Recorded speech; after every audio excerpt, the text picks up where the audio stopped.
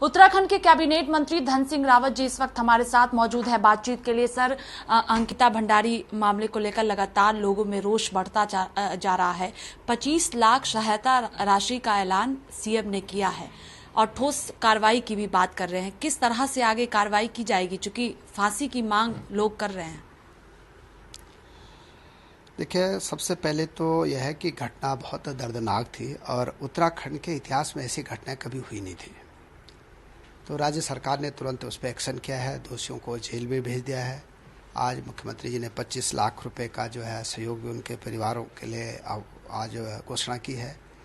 और मैं कह सकता हूं कि इस घटना के बाद ये तो तय है कि किसी को बख्शा नहीं जाएगा, और चाहे वो कितना भी बड़ा आदमी क्यों ना हो। और आज ये भी मुख्यमंत्री जी ने कहा हमारे कि भाई हम कोर्ट से भी आग्रह कर रहे हैं कि इसको फास्ट ट्रैक पे ले जाया जाए ताकि जल्दी न्याय मिल जाए।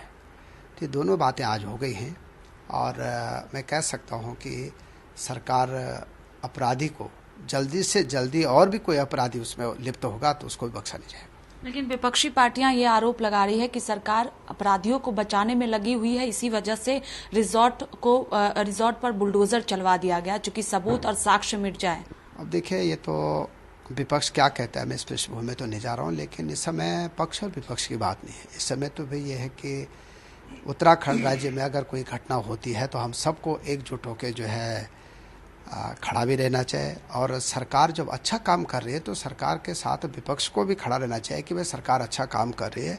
हम किसी भी दोषी को बचाने के लिए नहीं कह रहे हैं, हम तो कह रहे हैं कि भाई पीड़िता के साथ न्याय होना चाहिए और इस न्याय के लिए हर संभव प्रयास किए जाए। आपको लगता है कि लापरवाही हुई है? क्योंकि 5 दिनों से अंकिता लापता थी, अगर सही वक्त पर कार्रवाई की जाती तो आज अंकिता हम सबके बीच में होती। देखिए, मैं फिर कह रहा हूं कि सरकार को जब ये पता चला तो सरकार ने बहुत फास्ट ट्रैक पे पूरा काम किया है। और मैं कह सकता हूं कि अगर उनके परिजन अगर पहले बता देते हैं, क्योंकि वो हमारे महिला आयोग के अध्यक्ष के पास मिलने गए थे और उन्होंने महिला आयोग से जो बातें बोली, मैं यहाँ पे तो नहीं कह सकता हूँ, लेकिन महिला आयोग के सामने जो बातें हुई तो हमने तुरंत एसएसपी से बात की, वहाँ पुलिस से बात की, और मैं कह सकता हूँ कि सरकार की तरफ से कोई कोताही नहीं बरती गई।